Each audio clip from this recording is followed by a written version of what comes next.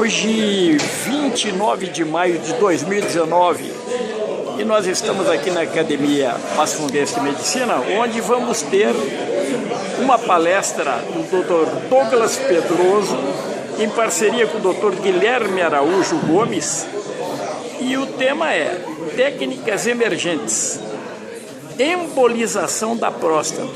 E o pessoal já está chegando aqui. Já estamos quase com quórum aqui para o início dessa palestra. Desta noite de 28 de maio da Academia Passo Fundense de Medicina, quando teremos palestra com os doutores Douglas Pedroso e Guilherme Araújo Gomes. Para dar comando à sessão, nós convidamos para vir à mesa o presidente desta academia, o acadêmico Félix Sartori. Boa noite a todos. Nesses dias chuvosos aí, estou contando com a presença até excelente. Gostaria de agradecer a todos a presença aqui nesse momento. E para iniciar a sessão, gostaria que o professor Afonso Eckler fizesse a apresentação dos nossos ilustres palestrantes. Boa noite, senhor presidente, demais acadêmicos e acadêmicas e convidados. Muito me honra essa surpresa de poder trazer o currículo dos dois palestrantes desta noite. Prata da casa, mas muito e muito valorizado. Vou começar com o professor Douglas Pedroso. Graduado pela Faculdade de Medicina da UPF em 1976. Médico residente da Santa Casa de Porto Alegre em 77 e 78 pela URGS. Urologista em Passo Fundo desde 1980. Inscrito na American Urological Association, Estados Unidos, desde 1986, daí sai o número. Professor de Urologia, Bioética e Responsabilidade Profissional do Médico na Faculdade de Medicina da UPF, de 1998 a 2016. Professor fundador da disciplina Responsabilidade Profissional do Médico na Faculdade de Medicina da UPF. Coordenador do estágio curricular da Faculdade de Medicina da UPF no período de 2002 a 2008. Delegado seccional do CREMES no período 1994 a 1999. Diretor da Faculdade de Medicina da UPF no período de 1998 a 2002. Presidente do Conselho Diretor da Fundação Universidade de Passo Fundo, de 2005 a 2007. Conselheiro do CREMES, de 2005 a 2018. Membro titular da Sociedade Brasileira de Urologia e membro da Comissão de Ensino de Bioética do CREMES, de 2005 a 2018. São esses alguns dados resumidos do currículo do Douglas, que nós sabemos que o currículo dele é muito e muito mais vasto. E, a seguir, já vamos apresentar, vocês vão falar meio juntos? Tá, então, também vou apresentar junto. Que é o Dr. Guilherme Araújo Gomes. Título de radiologista pelo Colégio Brasileiro de Radiologia. Título de cirurgia endovascular e radiologia intervencionista pela Sobrice Colégio Brasileiro de Radiologia. Fellow em Embologia Prostática com o Dr. João Pisco, em Lisboa, Portugal, e na USP, São Paulo. Fellow em Radiologia Intervencionista no Hospital Universidade, na Carolina do Norte, Estados Unidos. Outro resumo, extremamente resumido, mas foi uma honra para mim poder ler o currículo dos dois palestrantes desta noite. Muito obrigado. Boa noite a todos, muito obrigado pela presença, de médicos residentes, colegas urologistas aqui presentes, demais acadêmicos. É sempre uma honra poder conversar com novos acadêmicos e demais colegas que vêm prestigiar as nossas reuniões mensais. O assunto hoje é um assunto bastante interessante para mim, pelo menos quando eu comecei a me interessar, a me aprofundar, digamos, no estudo da embolização da próstata e das técnicas emergentes para o tratamento de hiperplasia de próstata. Vale aqui falar alguma coisa em relação ao histórico do tratamento da hiperplasia prostática. A primeira cirurgia de prostatectomia para a hiperplasia de próstata, elas eram cirurgias abertas, como, por exemplo, a técnica de Frey, que é a prostatectomia transvesical, se usou por muitos anos e logo em seguida veio a prostatectomia de Milling, que era as duas mais comuns. Quem trouxe a técnica de Milling para o Rio Grande do Sul foi o professor Parata, o qual foi também grande professor de urologia, fundador da residência de urologia e um dos alunos prediletos dele, o Dr. Rui Carlos Donadus, e que também a primeira prostatectomia que eu aprendi a fazer como estudante de medicina ainda foi a técnica de Milling. Que a diferença de Milling é que nós não abrimos a bexiga, nós abrimos diretamente a cápsula da próstata, e era uma sombra, todo mundo, em Porto Alegre, muito poucos urologistas que faziam Milling, porque a maioria dos urologistas vinham da França, e na França era a técnica de Frey. Milling era uma técnica norte-americana. Em Porto Alegre, os primeiros que começaram a fazer Milling foi o professor Soto e em seguida foi o Walter Koff. Mas isso é só parte da história um pouco da nossa urologia, né? A prostatectomia transperineal, em termos de hiperplasia de próstata, foi muito pouco usada. Ela é ainda usada em alguns serviços para prostatectomia para câncer de próstata. Aliás, usada só lá no interior de São Paulo, né, Eduardo? Não me lembro o nome da cidade. Enfim. Depois veio a ressecção transuretral da próstata, que era complicado na época que ela foi criada, porque não tinha luz, a tal da luz fria, era luz quente. Então, vocês imaginam a visibilidade que o urologista tinha e tinha que olhar na ótica, não tinha câmera, não tinha nada. E depois veio a ressecção transuretral da próstata com a luz fria, foi muito melhor, e hoje nós fazemos a ressecção transuretral da próstata através de vídeo, né? Então nós temos uma visão muito mais ampla, muito mais tranquila, muito mais higiênica, né? Porque nós estamos sentados ali imaginando na frente do que, né? Para nós podermos operar, fazer a ressecção da próstata.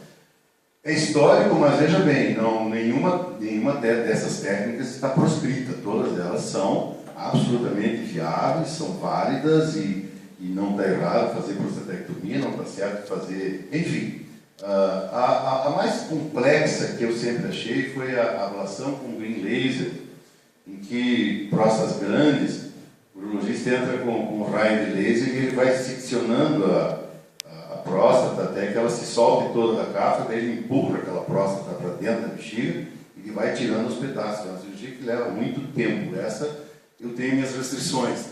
Não sei se meus colegas urologistas concordam, mas ela é bem complexa. E tem a ressecção a laser, que é muito interessante, que não é a mesma coisa. E o último grito, digamos, que é técnicas emergentes, que está saindo agora, é a embolização da próstata com microesferas. Essa é uma técnica muito interessante, ela é preconizada principalmente para próstatas grandes. Quanto maior a próstata, mais seguro é o procedimento e menores são as complicações. E ela, desde 2018, ela está aprovada pelo FDA e recomendada para próstatas grandes. Um pouquinho de patologia, para que a gente entenda, as patologias mais comuns que nós temos em termos de próstata, temos 3 doenças, né? A prostatite, que pode ser uma prostatite aguda ou crônica, que é uma infecção, o câncer de próstata e a hiperplasia prostática benigna. Eu gosto sempre de falar, porque tem leigos também pele, que nenhuma delas se comunica. Quer dizer, não é porque a próstata está crescendo que ela vai virar câncer, não é porque a próstata é pequena que ela não corre o risco de ter um câncer. O câncer é uma entidade separada, e que nós já falamos sobre isso numa palestra nossa anterior aqui, que é muito importante que todos nós, a partir dos 50 anos, ao menos, façamos avaliação com o PSA e com o toque retal. A hiperplasia prostática benigna já é diferente, ela é sintomática. O câncer não é sintomático. A hiperplasia ela começa a ter sintomas de jato fino, jato fraco, dificuldade para iniciar, noctúria, sensação de esvaziamento incompleto da bexiga e assim por diante. O início da hiperplasia prostática é a partir dos 40 anos. A nossa próstata, com 40 anos, todos os homens terão hiperplasia da próstata. Todos os homens, independente de raça, de cor, enfim, todos os homens vão ter um crescimento da próstata.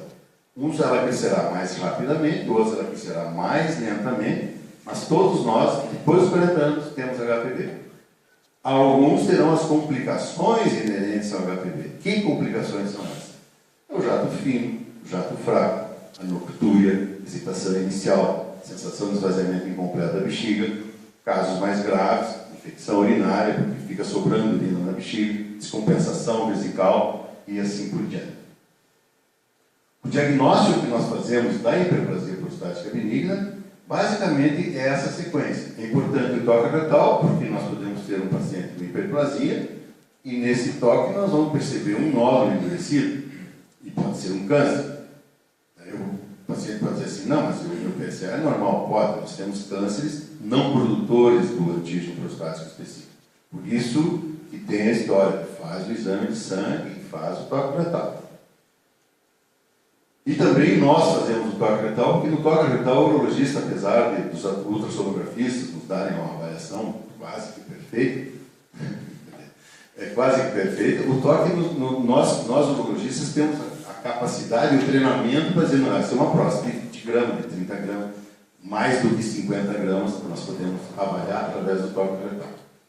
Outra maneira de diagnóstico é o IPSS, que é o Questionário Internacional de Avaliação dos Sintomas do Trato Urinário Inferior, que nós chamamos de LUTS.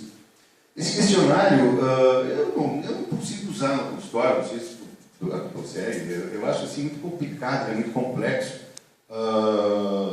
O que nós fazemos sempre é perguntar ao paciente, como é que você está urinando? Se você estiver urinando assim, como está urinando nos últimos meses, fica urinando por resto da vida, está bem? Ele vai dizer, sim, está bem, tudo bem. Aí nós fazemos as outras avaliações, que está relacionado com o quê?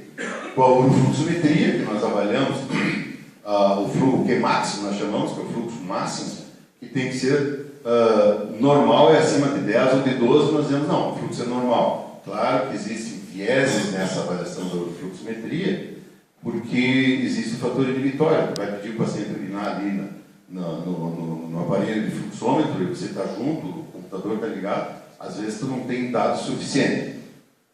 Mas fazemos, em alguns casos, nós temos que fazer estudo urodinâmico, quando tem uma urgência miccional, ou tem alguma dificuldade diferente, porque ele pode ter alterações vesicais e não prostáticas.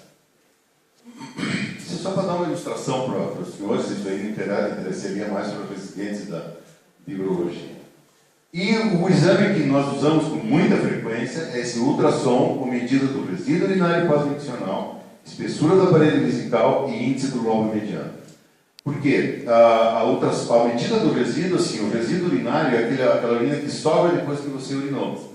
Se ela for superior a 100 ml, ele é um resíduo patológico. Está sobrando muito urina na bexiga e esse resíduo pode levar esse paciente a uma deterioração dessa urina, uma infecção urinária, eventualmente um resíduo muito grande que pode fazer aumentar a pressão intravesical, levar o paciente a uma insuficiência renal, pós-renal e assim por diante.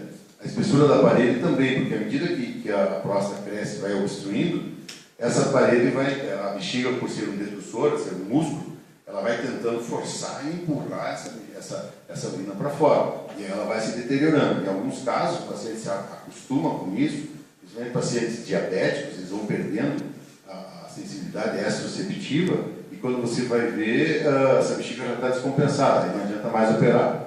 Porque o paciente não vai conseguir urinar, porque ele não tem mais motricidade vesical para tirar para fazer funcionar essa função vesical, que é a função do esvaziamento. E isso do lobe mediano é muito interessante, porque se tem um lobe mediano muito proeminente para dentro da bexiga, nós fazemos uma válvula, e aí esse paciente muito pouco responderá ao tratamento medicamentoso.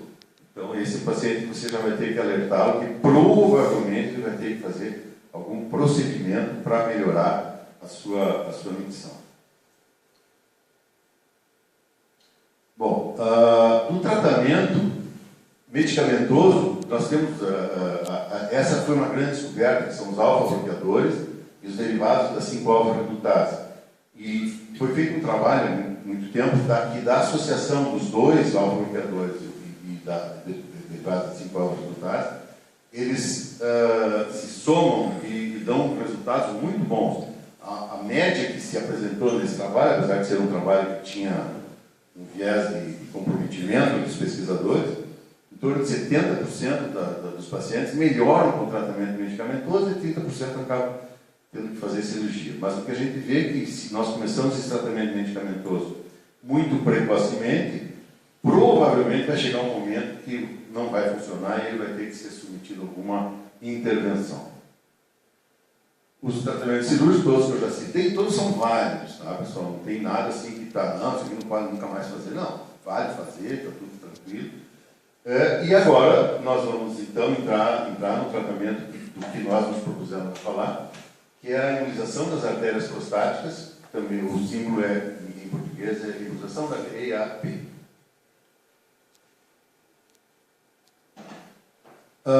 Esse título ali embaixo, imunização das artérias prostáticas, amiga ou inimiga do urologista? Isso foi o título de uma palestra do AUA de 2018, exatamente porque o radiologista intervencionista que vai fazer o tratamento, né? O urologista vai só indicar o tratamento. Só que nós aqui tivemos nós urologistas corremos na frente, né? e junto com a Sociedade Brasileira de Radiologia Intervencionista, tutoriado pelo Conselho Federal de Medicina, criaram normas, foi feita então uma resolução do tratamento da imunização prostática. A primeira resolução foi uma resolução criada no intuito de fazer o tratamento experimental. Então ele era supervisionado por conselheiros do Conselho Federal de Medicina, supervisionado por professores, médicos titulares da Sociedade Brasileira de Urologia e da Sociedade de Radiologia Intervencionista, e nós tínhamos que apresentar relatórios a cada de tempos em tempos para ver os resultados, o pré e pós-tratamento, etc. Do ano passado para cá, foi regulamentado, porque lá nos Estados Unidos, no final de 17 para o começo de 18, o FDA não só aprovou, como recomendou esse tratamento para a próstata, principalmente para próstatas grandes. É importante ressaltar, é um tratamento de alta complexidade, devendo o radiologista intervencionista ser validado, credenciado e capacitado junto à Sociedade Brasileira de Radiologia Intervencionista para realizar o procedimento. Então, atualmente, a regra básica é o urologista avalia, o urologista faz no mínimo 3 meses de tratamento medicamentoso, avalia com o estudo dinâmico de fluxometria, pré-tratamento medicamentoso, pós-tratamento medicamentoso, ou eventualmente o paciente diz, não, doutor, chega, eu não aguento mais, eu quero resolver isso aí. Então aí nós podemos indicar. É muito indicado no sentido de resolver, é muito indicado em próstatas grandes, próstatas maiores.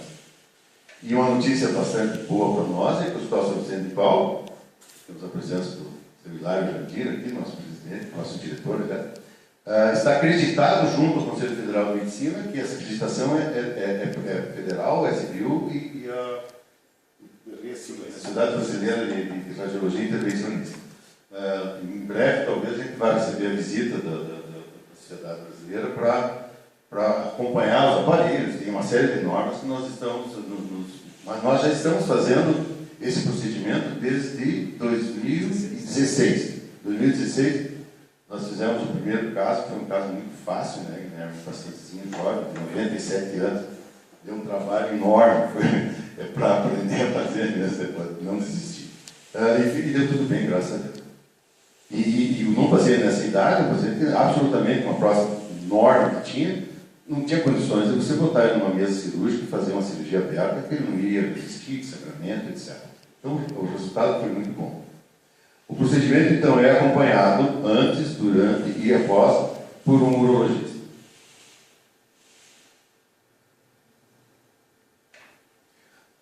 Aqui são as complicações inerentes às técnicas convencionais. Nas técnicas convencionais, uma prostatectomia aberta ou RPU, nós temos sangramento, mas sangramentos às vezes muito importantes, né? Hematura franca, sonda com irrigação, quadros. Ejaculação retrógrada praticamente não é nem complicação, é uma intercorrência. A gente não vai fazer, já vai dizer para o paciente: olha, você vai ficar com ejaculação retrógrada. Ele explica que isso não é problema, etc., mas ele vai ter ejaculação retrógrada praticamente com certeza. Incontinência urinária, hoje em dia, cada vez mais nós dominamos a técnica da ressecção transuretral, mas ela existe, ela pode acontecer em pós-operatório. Disfunção erétil, ela é muito rara em ressecção, mas pode acontecer, é um pouco mais frequente em prostatectomias radicais. Infecção urinária pós-operatória, isso é inerente ao fato de você ficar com uma sonda mais de 24 horas, você vai ter bactérias dentro da sua bexiga, existem vários trabalhos que foram mostrados sobre isso. A ortopedia é muito frequente até na ressecção transuretral, porque nós passamos com o aparelho em cima do véro montano, não sei se quem é urologista lembra da anatomia, e esse véro montano está diretamente comunicado ao impedículo e ao testículo. Então, volta e meia, nós podemos ter, ou por infecção ou por refluxo da urina, uma ortopedia. Eu coloquei ali embaixo, são relativamente raras, mas também podem ocorrer na embolização da artéria prostática. Só que o sangramento na embolização é um lavado de carne que o paciente tem nas primeiras 24 horas do pós-procedimento. Ejaculação retrógrada ele não tem, incontinência urinária ele não terá. Disfunção erétil é muito raro, porque nós identificamos a artéria pudenda e passamos ao largo da artéria pudenda, porque se nós embolizarmos ali, nós corremos um risco enorme. Infecção urinária pós-operatória não tem motivo, a não ser que ele já tenha um resíduo muito grande, já venha com infecção urinária, porque ele não vai usar sonda, então ele não vai ter. E a ortopedite, muito raro, mas também pode acontecer. E tem uma outra coisa que eu vi junto com o Guilherme esses dias: eventualmente esses pacientes poderão ter a famigerada, que nós temos muito medo também, que pode acontecer também na prostatectomia aberta e na RTU, que é a osteite púbica. A osteite púbica é uma reação inflamatória, enfim, que dá no pubis e é extremamente dolorida, o paciente tem muita dor na abdução, mas é muito raro também, tanto nas nossas cirurgias abertas quanto nas nossas embolizações. Aqui eu coloquei então as vantagens da embolização das artérias prostáticas, né? O EAP não vai necessitar de uma sonda uretral pós-procedimento, a não ser que ele já venha de sonda ou ele já está em retenção e está sondado. Então, esse paciente, sim, nós fazemos a embolização e não tiramos de imediato essa sonda. Podemos deixar essa sonda uma semana, 10 dias, e às vezes até um pouco mais, né? No intuito de, quando tirar, ele ficar realmente satisfeito com o procedimento. Então, o risco de infecção, aquilo que eu falei. O tempo de hospitalização de um dia, quer dizer, hoje em dia, os hospitais estão cada vez mais procurando se transformar em hospitalizações, que eu falei lá antes sobre isso, hospitalização motel, né? Entrou, operou, saiu. Quanto menos internado fica o paciente, maior é a vantagem econômica da instituição, sem sombra de dúvida. É um processo minimamente invasivo, e por isso ser minimamente invasivo, ele está muito bem indicado em próstatas muito grandes, porque você não vai cortar, você não vai dar ponto, você não vai ter risco de hérnia, enfim, é muito, muito tranquilo. A grande vantagem é que, se por acaso a próstata é muito grande, eu embolizei, ela encolheu um pouco, mas ainda não está, você não está satisfeito, nós podemos reembolizar. Podemos entrar novamente no catéter, botar, pegar outras artérias, selecionar outras artérias e embolizar novamente. Vamos dar bem azarado. Não funcionou. Então não chega, vou operar. Pode operar que não tem, esse paciente não vai ter sequela nenhuma dessa embolização. Não vai ter aderência, não vai ter dificuldade em retirar ele dentro está tudo descrito na literatura, dificuldade em fazer a enucleação da próstata, se for aberta, ou ressecção, se for o caso, sem nenhum tipo de problema. E não interfere na potência sexual, desde que é respeitado a artéria pudenda.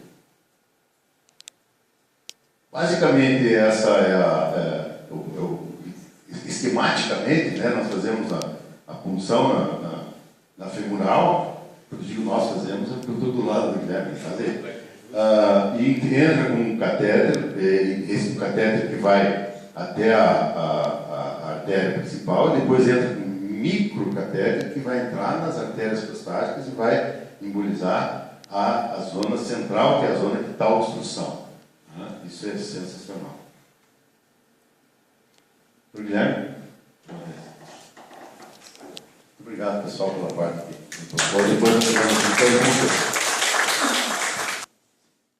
Boa tarde, pessoal. Queria agradecer a possibilidade de estar falando, né, explicar um pouco da técnica de embolização prostática. Queria pedir desculpa antes pelo meu currículo, né, que na verdade eu tenho um currículo resumido. Ainda assim vou tentar explicar um pouquinho mais sobre a minha formação.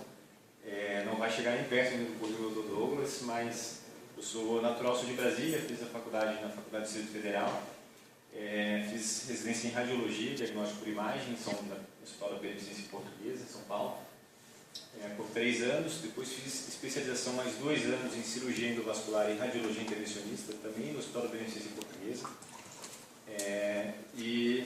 E antes de vir para Passo Fundo também eu fiz um fellow em embolização prostática, 6 meses no Hospital de Lisboa, com o Dr. João Pisco, que foi o pioneiro, na verdade foi quem desenvolveu a técnica. E também fiz após no Hospital da USP com o Guto Carnevale, que é outra grande escola também na embolização prostática. Mas o que mais me capacita, isso o Douglas não tem, é ser genro do Dr. Seraí, né? Então fica mais fácil ser apresentado dessa forma às vezes. Então eu vou falar sobre a embolização prostática. Então, vou falar só um pouco sobre a doença. Eu acho que se em qualquer momento alguém quiser fazer uma pergunta, pode interromper.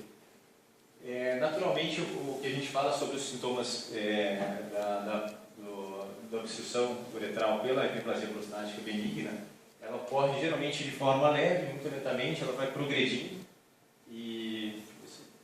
Tem um ponteiro.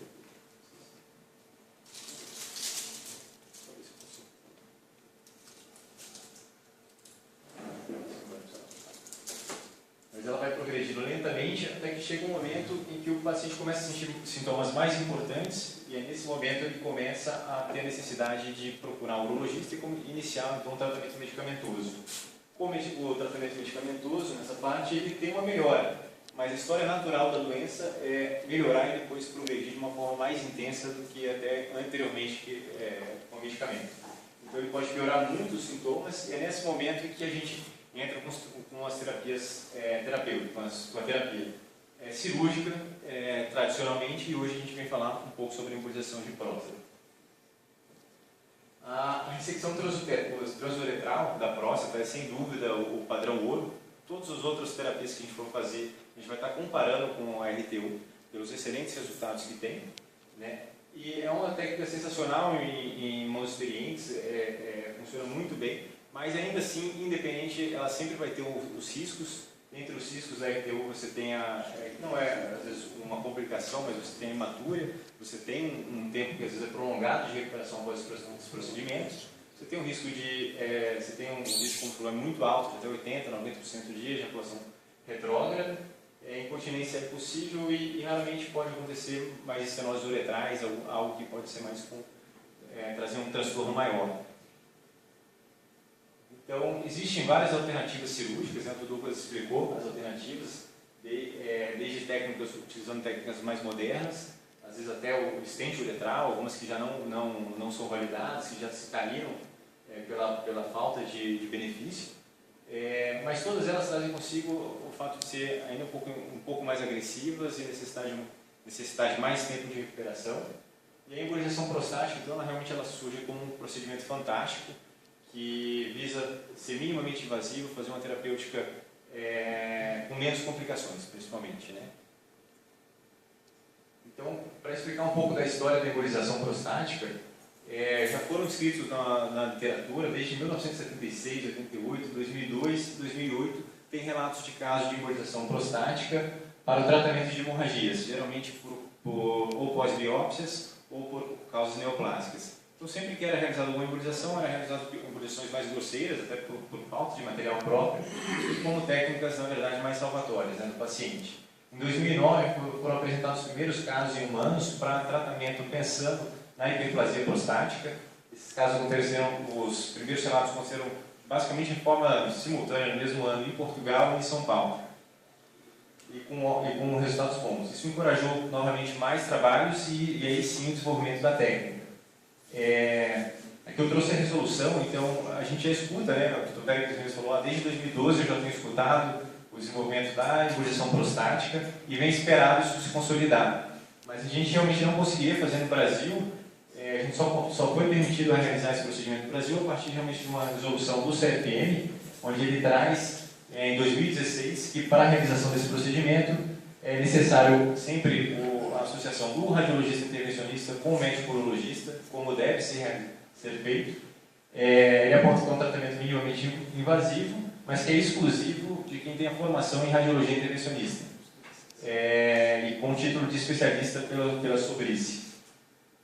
Tá? E esses radiologistas não são todos também habilitados, não é ter a sua formação, você tem que ter esses 2 anos de radiologia intervencionista e você tem que ter ainda um treinamento comprovado em centros de excelência. Na verdade, até pouco tempo atrás a gente só tinha, foi no final de 2016 para 2017, a USP começou a fazer o centro de formação. Eu fiz a minha formação em 2014, antes de vir para cá. Eu já passei na residência, já sabia que era uma técnica extremamente inovadora, eficaz, com bons resultados. Então, como em São Paulo ainda estava desenvolvendo inicialmente, eu fui para Portugal antes de vir, fiquei com o Dr. João Pisco, que é o pioneiro em Lisboa. E depois de 2016, no início de 2017, como houve essa exigência de fazer uma nova formação, eles preferiram que tivesse, eles avaliaram, mas eu acho que prefere que seja também feito aqui no Brasil. Eu fiz também em 2017 o curso na USP, fiz todo o FEL e a realização dos procedimentos, para estar certificado também para a realização de ser um centro realizador da embolização de próstata.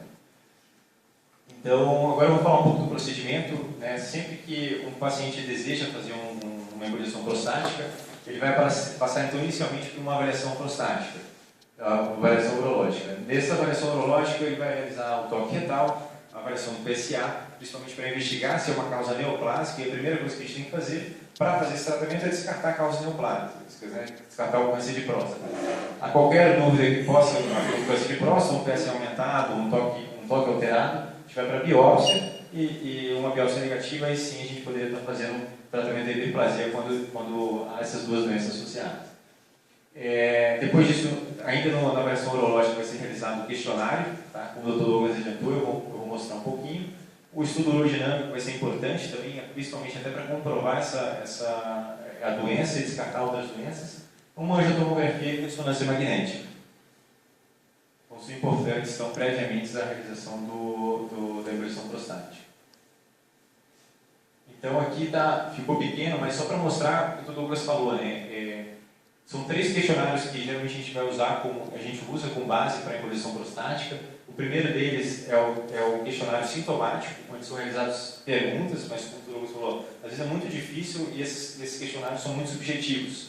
Né? Muitas vezes o homem já tem até dificuldade às vezes, de fazer uma consulta urológica, e aí são feitos questionamentos principalmente a respeito da micção, quantas vezes acorda à noite, dificuldade do jato urinário. Isso é dado num score. Esse score é importante para a gente porque a gente vai fazer sempre análise prévia e pós-embolização para a gente constatar uma melhora clínica.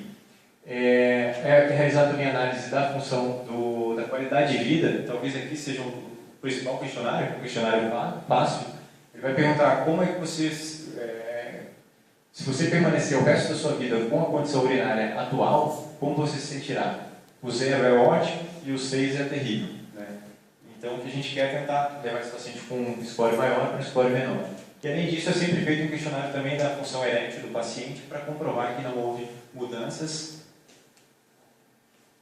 Então, o estudo urodinâmico, ele permite, todos os questionários são uma forma subjetiva de se avaliar o grau de doença do paciente. Já o estudo urodinâmico, ele consegue dar informações mais objetivas, porque ele fornece para a gente duas informações principais, que são o Qmax, que é o jato urinário, o fluxo maior do jato urinário, né, e o resíduo pós-infeccional. Esses são, então, dados mais objetivos, onde a gente vai conseguir ter maior garantia de uma melhora após o tratamento. E a função principal do estudo urodinâmico também é a gente descartar, conseguir eleger o paciente ideal para a ebulição prostática. Porque se o paciente tem outras doenças, uma dissenesia da esfincteriana, do pterozoa, ou uma bexiga hiperativa, uma bexiga neurogênica, eventualmente a gente vai estar realizando o tratamento da embolização e esse paciente não vai ter uma melhora. Então, vai ser frustrante tanto para o paciente quanto para os médicos. Então, agora, após a consulta urológica, avaliou, não, realmente esse paciente é indicado para a ebulição prostática. A gente vai para o próximo passo, que já é realmente o planejamento do procedimento, né? A gente realiza uma angiotomografia, esse exame é importantíssimo, né? Porque ele consegue dar uma anatomia, uma informação muito acurada sobre a anatomia arterial desse paciente, mostra bem as artérias ilíacas e a gente consegue identificar as artérias prostáticas. Além disso, a gente já consegue ver se esse paciente tem alguma estenose, alguma placa que possa dar dificuldade durante o procedimento. A artéria prostática é uma artéria muito fina e desde o desenvolvimento da técnica da embolização, de 2010 para atualmente, foram publicados 16 trabalhos só sobre a anatomia da artéria prostática. A gente conseguiu desenvolver muito com a realização desse procedimento. Então, o que a gente descobriu, na verdade, é que existe uma variação ampla da origem dessas artérias, então, por isso, o detalhamento com a tomografia e saber reconhecer bem essa artéria é de extrema importância. Na verdade, seria o principal passo para a embolização. É você ter certeza que você está na artéria prostática para não correr riscos e ter resultados satisfatórios. Então, a angiotomografia, então, é um exame fantástico hoje, porque a gente consegue, por meio do software, consegue fazer angulações, fazer reconstruções tridimensionais, espessar bem a artéria. Então, fica fácil para a gente identificar essas artérias prostáticas a partir de um conhecimento da anatomia e por meio deste exame. Então, a gente consegue ver todas as artérias, artéria pudenda, obturadora, e a vesical superior, e então identificar qual a origem, de onde está saindo essa artéria prostática. Então, a gente faz isso tanto para o lado direito quanto para o lado esquerdo, uma vez que a técnica ela consiste na embolização das duas artérias prostáticas, dos dois lados. Então, e depois disso a gente vai fazer uma ressonância magnética. A ressonância magnética ela é importante porque ela permite a gente conseguir ter uma mensuração maior do tamanho da próstata e ela vai dar mais também acurácia na pós-embolização. Então, ela dá uma mensuração mais ideal. Além disso, se realizada por 3 meses, ela consegue definir bem o resultado da embolização. Então, aqui, por exemplo, toda essa área preta é o tecido necrótico pós-embolização. Então, se a gente faz uma técnica de fusão, a gente vê bem que houve as áreas de isquemia da próstata, isso fala a favor de um bom resultado posterior. Vou colocar agora, vou mostrar um pouquinho da técnica. Vou colocar um vídeo agora que ele explica melhor a técnica, como ela é realizada, né? Então, inicialmente a gente faz geralmente com uma sedação leve, é dado mais ansiolítico mesmo, para a gente passar, para a gente estar realizando isso de forma mais confortável. O paciente é realizado em sala de hemodinâmica, né? É um procedimento minimamente invasivo, ele melhora muito os sintomas da hiperplasia prostática benigna e com basicamente sem riscos de alteração da função sexual. Ele foi realizado então, por um radiologista intervencionista, no qual a gente faz uma punção ou na artéria radial ou na artéria femoral. Com a próstata mais pélvica, a gente prefere fazer realmente a punção na artéria femoral, por estar mais perto do tecido de alto. A gente vai com um catéter pequeno e vai até a artéria ilíaca. Depois a gente avança um microcatéter, que é um catéter mais fino. Quando identificou a artéria prostática, a gente faz a embolização, que é a liberação dessas micropartículas, que não ocluem os vasos. Na verdade, elas flutuam, vão navegando por dentro dos vasos até alcançar a microvasculatura já no parênquima prostático. Por isso, ela provoca uma isquemia maior. O que a gente quer é, na verdade, uma redução, mas o principal é a liberação da uretra para melhorar os sintomas obstrutivos.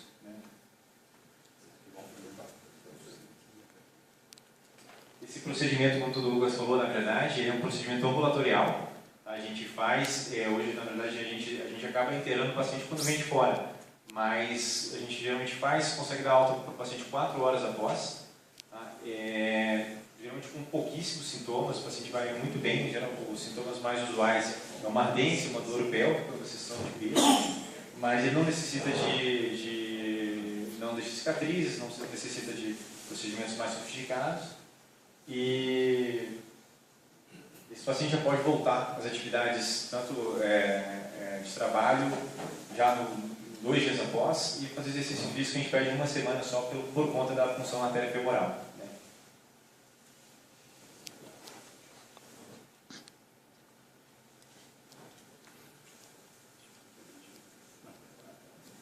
Então, a gente aprimorou muito de lá para cá. Essa técnica, como o Truls falou, foi em 2012, mais ou menos, começaram a se fazer os estudos maiores com aplicação populacional.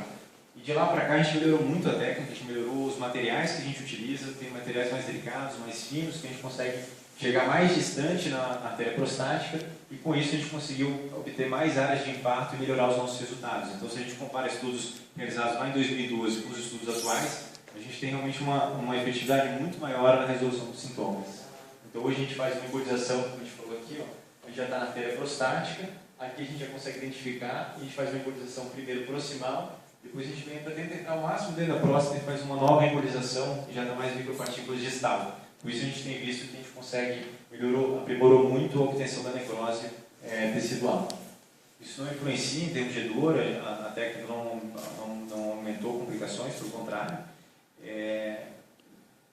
Então aqui é um caso que a gente fez, por exemplo, era um paciente de Vacaria. Esse paciente fez em 2016, a gente começou, onde a gente consegue ver bem a aplicação das artérias prostáticas, e aqui já microcateterizado, a gente faz a arteriografia, e isso aqui já é próstata, né? E aqui a importância de a gente conhecer um pouquinho a anatomia e saber, né, isso que a gente vai avaliar por meio da tomografia.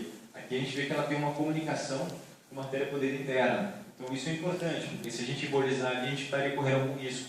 Agora, a partir do momento que a gente identifica isso, a gente emboliza a comunicação que está fazendo esse shunt da prostática com a poder interna, e a partir daí a gente consegue fazer a embolização de forma segura. No segundo momento a gente faz a arteriografia, não faz mais a opacificação da poder interna, e a gente tem segurança para fazer a embolização apenas na artéria prostática.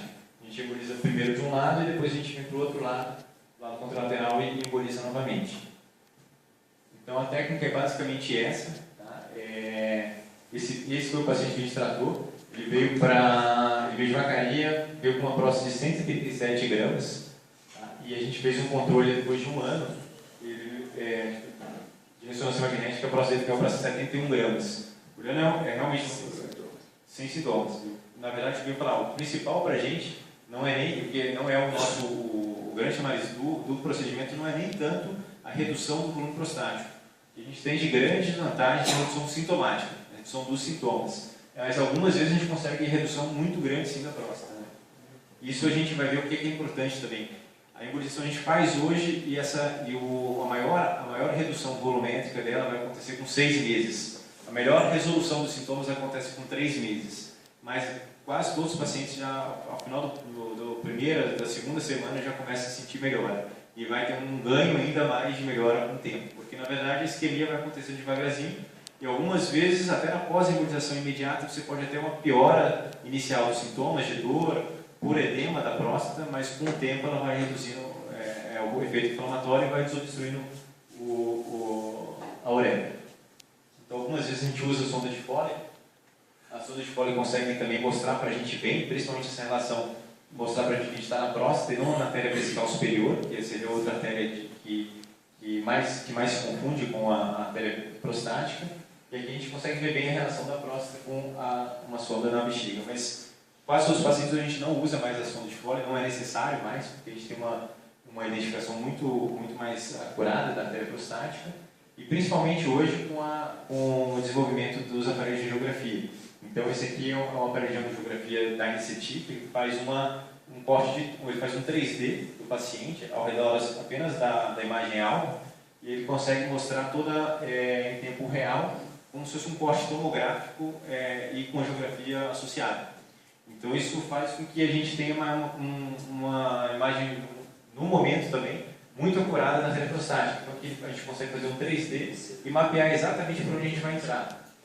Quando a gente está na teleprostática, a gente começa com a teleprostática esquerda, a gente pode fazer a arteriografia e por meio desse aparelho a gente consegue ter certeza que o contraste que a gente injetou está exatamente na próstata. Então essa a metade esquerda da próstata foi classificada. No lado lateral a mesma coisa. Quando a gente tiver, a gente faz a arteriografia, faz o Dynasty, faz uma aquisição de imagem do Dynasty e ela mostra exatamente o que a gente está nas artérias. Se eu tiver uma artéria retal, uma artéria pudenda interna, ela vai mostrar a classificação da do pênis ou da parede do reto. E aí eu sei que eu estou no lugar não apropriado para a embolização. Então, como follow-up, então, geralmente o que a gente já faz, o que o urologista vai estar recomendando? Já pode estar pensando em interromper a medicação após uma semana do procedimento. Esse é uma das grandes indicações da redução prostática, a gente pensar em interromper o medicamento. E ele se torna uma técnica fantástica, como o Douglas falou, para próstatas gigantes e para pacientes que às vezes pode chegar até em retenção urinária aguda. A gente consegue fazer esse procedimento na intenção de retirar a sonda. Então, a retirada da sonda vai ter que ser avaliada por urologista. Às vezes ela pode acontecer muito precocemente, mas às vezes ela pode acontecer só no final do segundo mês, quando a gente tem uma redução maior do tamanho da próstata. Em relação aos resultados, agora, que é importante falar, quando eu estava com o Dr. Pisco, ele fez foi o primeiro trabalho de grande relevância, com um número grande. Ele apresentou em 2013 com 630 pacientes. E ele mostrou já um sucesso clínico de 84%, em médio prazo, de 6 meses a 3 anos, e um sucesso clínico de 76% após 3 anos. E quando eu estava com ele, ele estava tentando alcançar os 1.000 pacientes, né, em 2014. E logo em seguida ele trouxe o resultado dos 1.000 casos, né, 1.000 embolizações prostáticas, onde ele demonstrou um resultado em 6 meses de 89% de satisfação, médio prazo 82% e longo prazo 78%. É importante falar, né, porque para a gente hoje vem como algo muito recente, muito novo, e é importante a gente ter essa oportunidade de estar falando e dar segurança da técnica. Mas em Portugal, a gente fazia 9 procedimentos em um dia.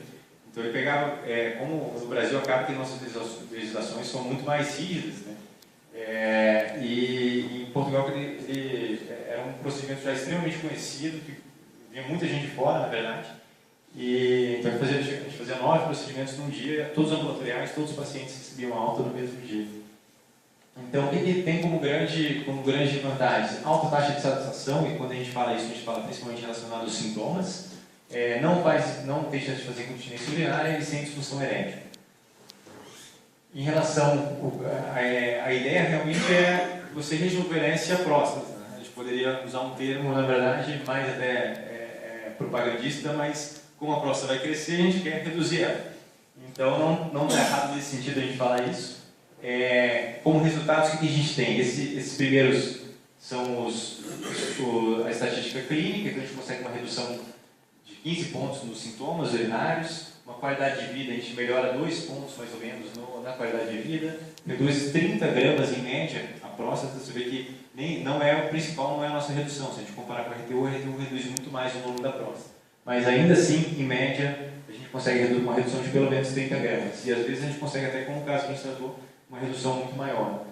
E melhora todos os padrões também da urodinâmica, e o PSA, a gente consegue uma redução também de 1,3, às vezes até mais, no nível do PSA.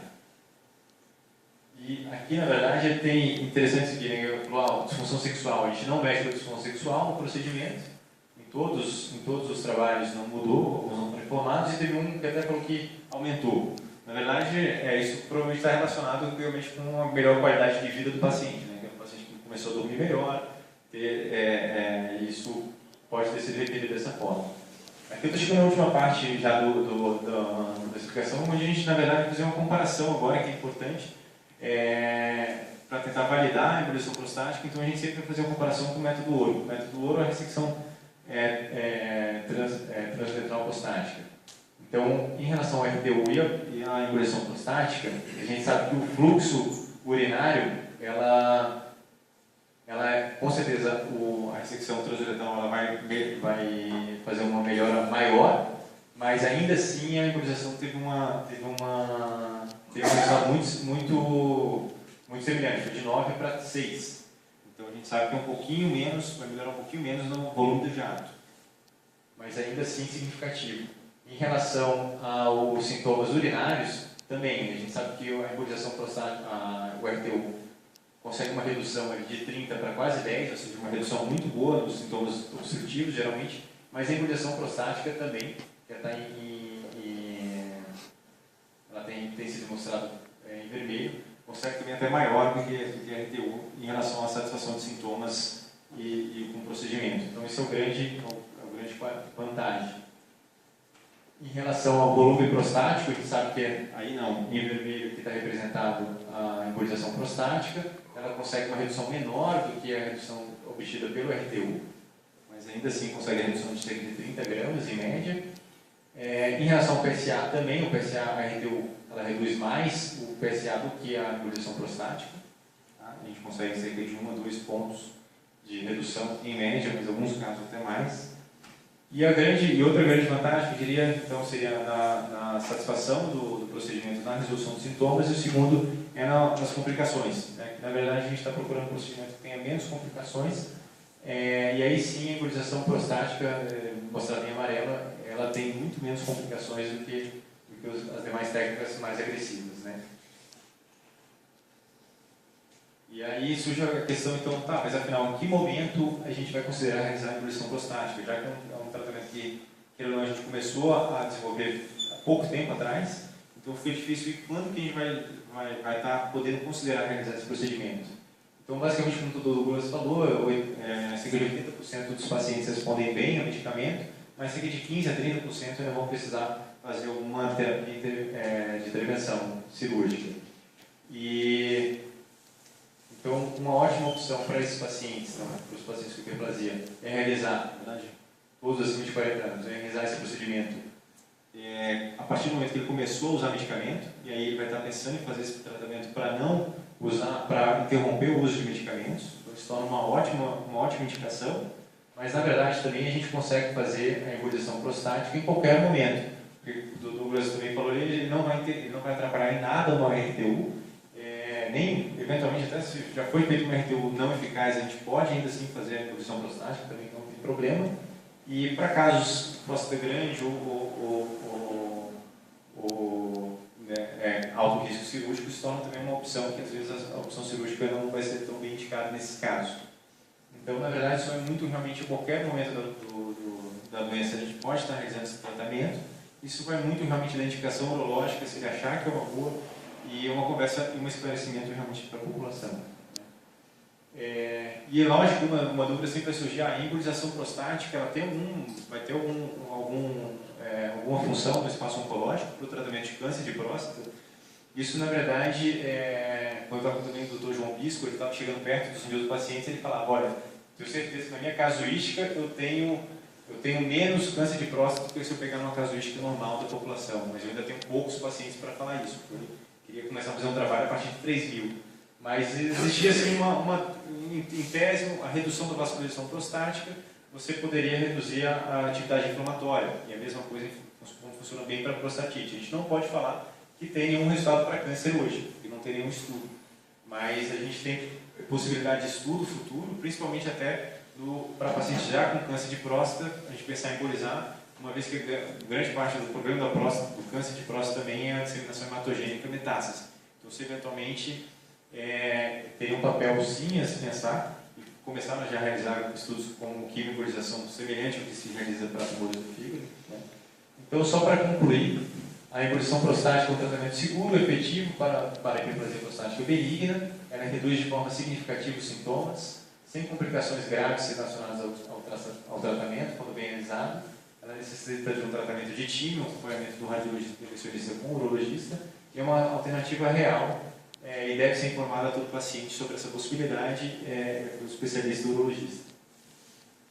Queria só agradecer mais uma vez e também só divulgar, na verdade, os dois tratamentos que a gente já tem feito com resultados muito bons, né, Luiz? Tem vários pacientes hoje tratados, o Luiz também tem alguns casos tratados de tumores renais, que é a radioablação do tumor renal, e também a gente teve o suficiente um aparelho de fusão de imagens para a redução de próstata, que é simplesmente fantástico. Foi o segundo aparelho comprado no Rio Grande do Sul, e principalmente para biópsias, que você tem um PSA alterado, e já fez algumas biópsias e deu negativo, esse aparelho ele pega a imagem da ressonância magnética, ou seja, feito o estudo da ressonância magnética, vê onde tem alteração, a suspeita de câncer, e ele aponta para a gente em tempo real na ultrassonografia o exato local onde a gente deve biopsiar.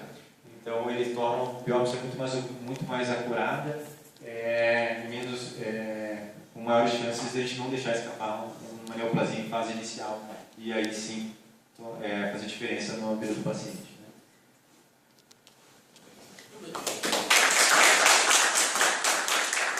Estamos abertos às perguntas.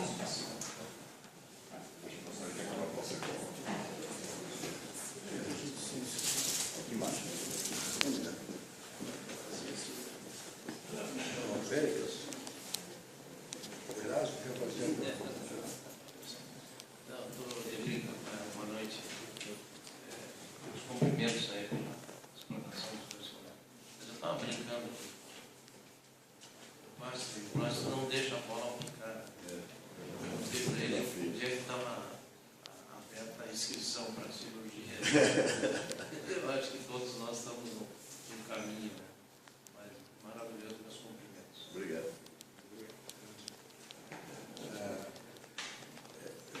Primeiro, meus cumprimentos pela apresentação.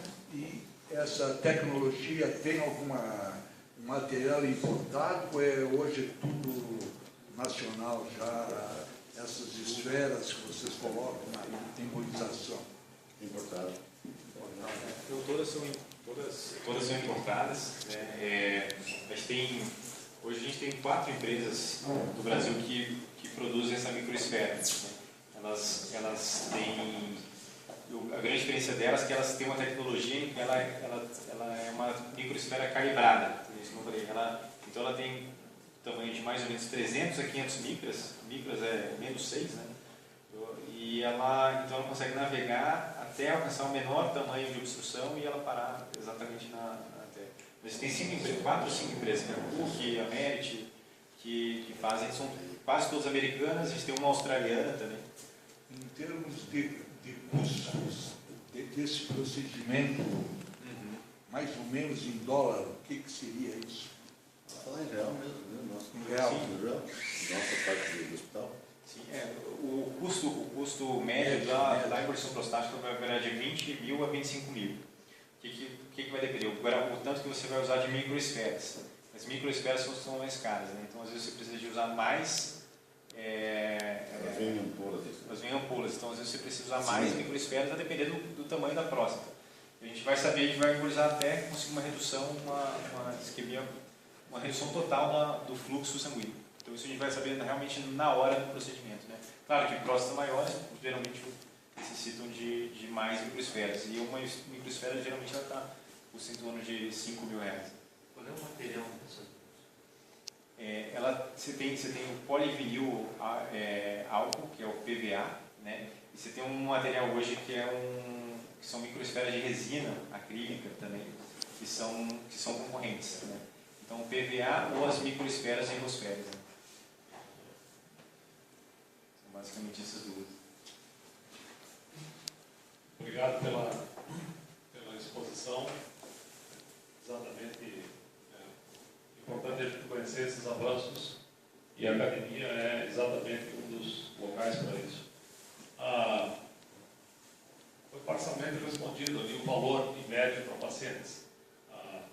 E eu suponho que isso não seja coberto por planos de saúde, do tipo tabela MB aí, pelo preço.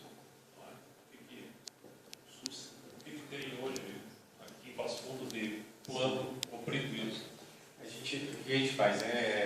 Todos nós aqui, hoje pagamos plano de saúde, e a gente entende que o plano de saúde deve oferecer o melhor para o seu paciente. E eu acho que isso seria justificado. Então, existem duas formas, né, de se trabalhar com esse tratamento. Uma é negociando diretamente com o convênio, falando, olha, você quer oferecer esse tratamento para os seus pacientes, e assim se faz um acordo com o plano de saúde, um ou dois que queiram, desejam oferecer esse serviço. O que a gente faz hoje na prática? A gente tenta lançar um código, por exemplo, de embolização de malformações arteriovenosas, que seria a mesma coisa que a gente fazia para a embolização de mioma. A técnica é muito parecida. E com o mioma foi esse o caminho. A gente começou a lançar, a gente tenta autorizar a embolização de malformação arteriocapilar linfática, que seria, na verdade, similar à proliferação de um tumor mais benigno, que seria a hiperplasia prostática. E aí isso vai de plano para plano, autorizar ou não. Quando autoriza, realmente já reduz muito os custos que a gente consegue fazer o principal. Desculpa a pergunta. Eu sou ignorante dessas informações endovasculares, mas na cirurgia vascular periférica a gente utiliza outras substâncias e outros tipos de êmbolos para fazer obstruções de várias situações vasculares periféricas. Não houve estudo em cima de outro tipo de estrutura para realizar a embolização? A gente tem relatos de casos, Tudubino, que na verdade já praticamente não permitiram a gente mais nem estudar eles, né? São os agentes líquidos, por exemplo, se você pegar o Olix ou a cola, o escoteu, o cianilato, como o território é muito delicado, se você coloca um agente de cola e ele vai para outro lugar, você simplesmente faz uma isquemia muito grave nesse território. Isso a gente falando já de microvasculatura, né, bem distal. Então você tem sim os relatos, mas assim, não chegou a ser estudado esses outros agentes líquidos. Agora a gente usa assim a bola, né, como eu te mostrei, a gente usa a cola principalmente para as anastomoses, mas a mola ela não faz uma isquemia boa, ela serve para fluir as conexões, né? Então as micropartículas elas já partiram de fato, a gente já sabendo que seria o melhor tratamento. Pode ser que eventualmente até se evolua assim, com a sua ideia às vezes de se ter uma segurança para fazer um ônibus só, talvez bem seletivo, conseguir uma necrose maior, não seria uma má ideia. Mas desde sempre se estudou pelo tamanho da micropartícula, era 100, 300 ou 300, 500. Treinado com a capacidade de colocação dos microcatéteres, talvez no futuro possa se encontrar uma substância líquida capaz de fazer uma embolização mais ampla. É uma expressão só. Não, eu já falei até o líquido porque eu imaginei que você tinha pensado nessas duas situações. Alguém mais? Mais alguma pergunta? Os tempos são relativamente recentes. A próstata, como é que ela se comporta depois que praticamente ela não recebe nutrição nenhuma? Ela atrofia? Qual é o mecanismo que ela sofre? Como sabemos que qualquer tumor, qualquer coisa mesmo benigna, tem a sua fonte de alimentação. Tirada essa fonte, qual é a longo prazo o comportamento da próstata? Ela se degenera ou... A gente consegue responder isso principalmente com a ressonância magnética. Quando eu mostrei ali uma imagem, por exemplo, da necrose central, né? O efeito que a gente quer é isquemia, realmente é tirar a vascularização das artérias, principalmente do adenoma mesmo, da glândula central. Com o tempo, no primeiro momento, ela pode fazer uma inflamação e a gente pode até experimentar uma obstrução aguda. Em alguns raros casos, assim, fiz o procedimento, até piorou no primeiro dia, mas já em seguida, em 2, 3 dias, principalmente com anti-inflamatória, ela já vai melhorar, porque ela faz uma inflamação pós-isquêmica e depois com o tempo ela vai regredindo lentamente até e isso vai, a longo prazo, determinar a escolha da idade, para não estar sendo muito jovem, ele poderia ter uma degeneração e depois desse outro problema, se fizer aos, digamos, 60, 65 anos, em vez de 80, não? Não, a garantia, digamos, do tratamento está relacionada ao volume da próstata e aos sintomas do paciente. Nós podemos ter um paciente mais jovem, uma próstata grande, com sintomas bastante importantes. Se nós pensarmos, tirando a embolização, pensar na ressecção transuretral da próstata, nós destruímos as células prostáticas retirando o adenoma, né? Mas a cápsula fica protegida. E essas microesferas, elas vão lá na terminalidade das artérias para exatamente dar a isquemia no adenoma. A parte da cápsula prostática, ela vai ficar preservada, ela vai ter vascularização, tal qual tu faz uma ressecção.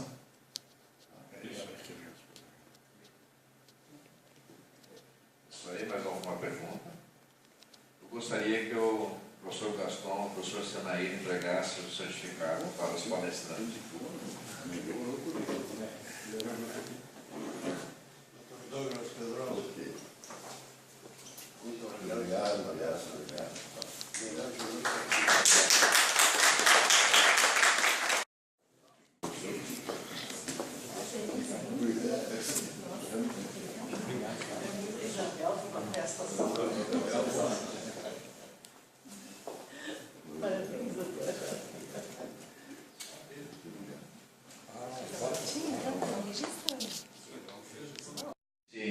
Eu tenho observado isso desde 2012 na USP e agora veio à tona e eu acho que o caminho é esse mesmo. Tá? E então gostaria de agradecer ao Guilherme e ao Douglas essa brilhante palestra que nos proporcionou. E gostaria de convidar então para quem confirmou sua presença para o jantar no Restaurante Cultura e agradeço a presença de todos. Obrigado.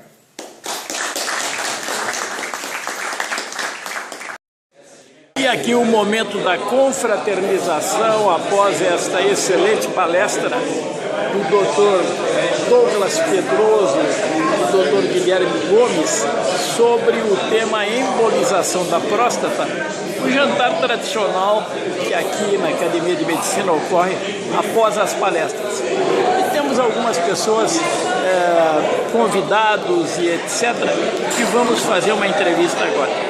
Eu estou com o Dr. Carlos Lago, que prestigiou essa reunião hoje da Academia Passo Fundo de Medicina, onde tivemos uma excelente palestra. Dr. Carlos Lago, a sua impressão deste evento hoje aqui na medicina? Boa noite a todos. Recebi um convite do Dr. Pérez Sarturi e fiquei muito agradecido e vim para essa palestra porque com certeza vejo que a medicina evolui de forma muito rápida, né? Onde as técnicas se apuram de forma muito tradicional. Enfim, estou assim muito lisonjeado com esse convite e participando desse evento. É isso aí, muito obrigado. Sucesso na sua tarefa de administrar a nossa faculdade de odontologia. Agradeço, boa noite a todos e mais uma vez obrigado por esse convívio maravilhoso. Eu estou com o Dr. Douglas Pedroso, conceituado urologista pasfundense, e que juntamente com Guilherme Gomes, um outro médico também da área, vieram fazer uma importante palestra aqui sobre a embolização da próstata. Dr. Douglas, da sua satisfação com certeza em estar aqui na academia fazendo uma palestra maravilhosa como essa. Com certeza, foi um prazer o convite, principalmente para divulgar as técnicas emergentes para o tratamento da hiperplasia prostática benigna, que é uma técnica muito impressionante por ser minimamente invasiva e em casos que fariam cirurgias muito grandes, com grande risco de vida, e hoje praticamente com uma punção numa artéria femoral, nós conseguimos, digamos assim, secar a próstata com esses microêmbolos que nós usamos, e o paciente fica um dia no hospital, vai embora, sem risco de infecção, sem risco de sonda, sem precisar usar sonda. É uma técnica extremamente revolucionária para o tratamento das próstatas grandes e sintomáticas, não é? O Dr. Guilherme Gomes, parceiro do Dr. Douglas Pedroso, que falou conosco agora, e que fechou a palestra sobre embolização da próstata, que nos fala da sua satisfação e estar aqui hoje na Academia de Medicina com essa bela palestra. É um prazer estar aqui, foi muito legal ter a oportunidade de falar sobre o nosso trabalho para médicos que na verdade são referência, né, em medicina e que tornaram o Passo Fundo referência em medicina no Rio Grande do Sul. Então na verdade é uma honra para mim poder falar e estar participando de certa forma também contribuindo com a medicina. A palestra foi uma maravilha e a medicina está evoluindo muito, não é mesmo, doutor? É verdade. E isso acho que a gente conseguiu contribuir, né, para mostrar novas técnicas e novos tratamentos para a hiperplasia prostática benigna. E eu acho que todo mundo gostou, então foi uma oportunidade muito legal de estar confraternizando também agora, né, e mostrar um pouco do nosso trabalho. É isso aí. Analisando, eu estou com o presidente da Academia Passo Fundense de Medicina, Dr. Périx Sarturi, que nos fala sobre mais essa iniciativa maravilhosa aqui, onde tivemos uma palestra muito boa sobre técnicas emergentes, embolização da próstata, pelo Dr. Douglas Pedroso e o Dr. Guilherme Gomes. Bom, o Dr. Guilherme Gomes e o Dr. Douglas Pedroso nos proporcionaram uma brilhante palestra sobre essa nova técnica que está surgindo, que é a embolização prostática. Isso faz com que a população, de modo geral, tenha noção de o quanto a urologia e a radiologia intervencionista têm evoluído nos tempos atuais. É uma técnica fantástica, que envolve um período de hospitalização muito pequeno, às vezes desnecessário, pode ser feito até de forma ambulatorial, e é uma noção do que realmente hoje o Hospital São Vicente de Paula consegue realizar dentro das suas dependências.